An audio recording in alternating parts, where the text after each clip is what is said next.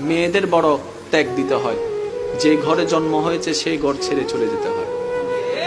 যেই উঠানে খেলে বড় হয়েছে সেই উঠানটাকে চিরতরে শেষ করে দিতে হয়।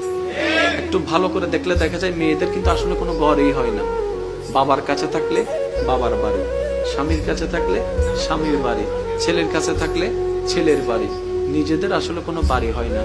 মা জাতি বড় অদ্ভুত।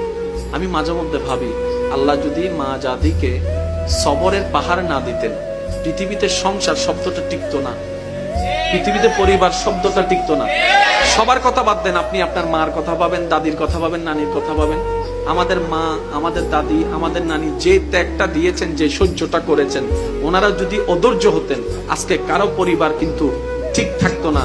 সেজন্য আল্লাহ পাক তাদের অন্তরকে ধৈর্যের পাহাড় বানিয়ে দিয়েছেন। সুবহানাল্লাহ।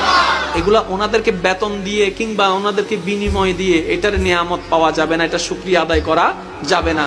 সেজন্য আমি অনুরোধ করব, সন্তানরা মা বাবার প্রতি আন্তরিকতা শ্রদ্ধা রাখুন, স্বামীরা স্ত্রীর প্রতি মায়া ভালোবাসা রাখবেন, মুরব্বীদের প্রতি শ্রদ্ধা রাখবেন।